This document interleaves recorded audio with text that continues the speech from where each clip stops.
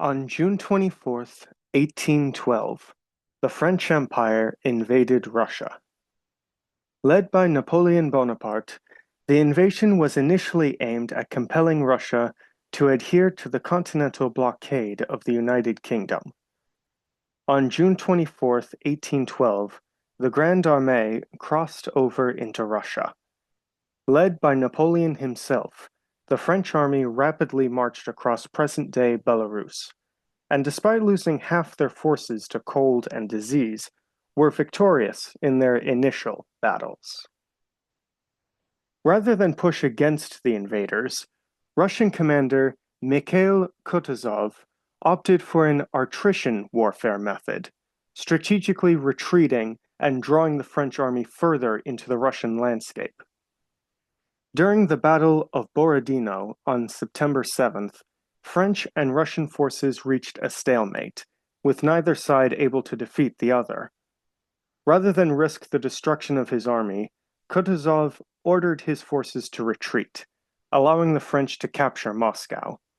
However, by the time Napoleon's forces reached the city, it had already been abandoned and largely destroyed by burning.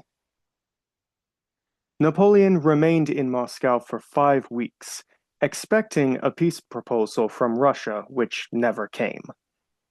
Rather than follow the path of Kutuzov's retreat, Napoleon attempted an alternate route with the hopes of obtaining additional supplies.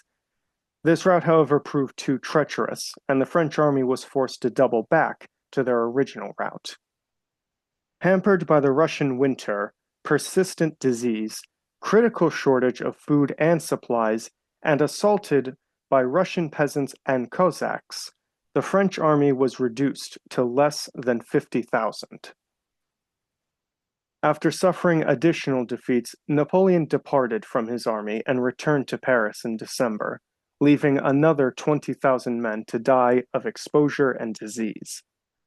The exact numbers of French soldiers is uncertain due to a lack of adequate records.